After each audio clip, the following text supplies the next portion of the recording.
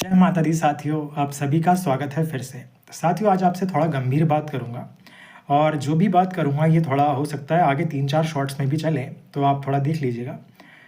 और ये जो भी मैं बात करूँगा इसमें मुझे किसी से कोई नाराज़गी नहीं है और ना किसी से कोई शिकायत है। मैं तो जो भी कहूँगा शांत मन से कहूँगा और अपनी अंतरात्मा के अनुसरण से, और जो मुझे लगता है कि एक खूबसूरत जीवन के लिए, खूबसूरत रिश्तों के लिए जो होना चाहिए, जैसा मेरा विश्वास है, तो मैं उन बातों को कुछ रखूँगा। हो सकता है आप सहमत भी हो सकता है आप असहमत भी हो, लेकिन मेरा ये सिर्फ़ इतना निवेदन है कि आप उन पर चिंतन अवश्य कीजिएगा। ठीक है साथियों? तो साथियों, बात ये है कि कल से मैं थोड़ा परेशान हूँ शाम से, क्योंकि मैंने एक चीज़ जानी कि प्रेमानंद महाराज जी को किसी ने जान से मारने की धमकी दी है।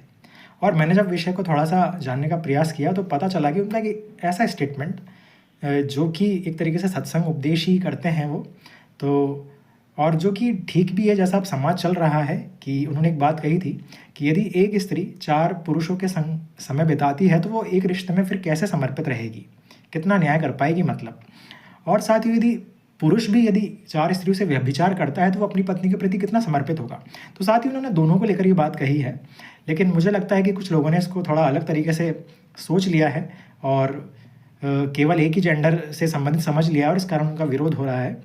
तो साथियों, चूँकि प्रेमानंद महाराज जी के बहुत सारे उपदेशों ने मेरे जीवन को दिशा दी है, बहुत खूबसूरत दिशा दी है, और मैं अपने साथियों से, युवाओं से, छोटे बच्चों से ये कहता हूँ कि उनके उपदेश सुनकर वो अपनी लाइफ को बहुत अच्छा बना सकते हैं। इसलिए मेरा कर्तव्य है कि मैं ये बात बोलूँ कि जो भाव है, हो सकता है किसी ने गलत समझा हो, लेकिन साथियों उन्होंने जो एक संदेश दिया है और जो बात बताई है, जो भाव है इसका, वो बहुत खूबसूरत है। वो दोनों ही, चाहे पुरुष हो चाहे स्त्री, वो दोनों से ही इस बात की अपेक्षा करते हैं कि वे रिश्तों के प्रति समर्पित रहे।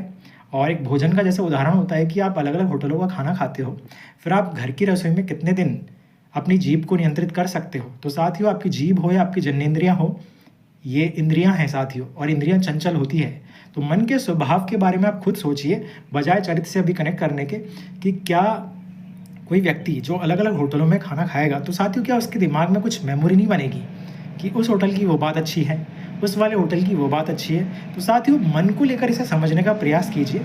अभी चरित्र पर, लड़का या लड़की पर मत जाइए और आप खुद विचार कीजिए, क्या आपकी जीभ फिर केवल रसोई तक सीमित रह पाएगी, या आपको खुद को विचार करना है, केवल चिंतन करना है। तो साथियों, इस तरह की बात उन्होंने बोली थी, और मन को, स्वभाव को देखते हुए, क्योंकि मन का स्वभाव गिरने का है, पतन का है, नीचे की तरफ बहता है, इस आधार पर उन्होंने इसे रिश्तों से भी कनेक्ट किया था। तो साथियों, मेरी दृष्टि में ये उचित है और मैं इसका समर्थन करता हूँ कि चाहे स्त्री हो या पुरुष, दोनों को समर्पित होना चाहिए। टेक केयर, बाकी नेक्स्ट शॉर्ट में।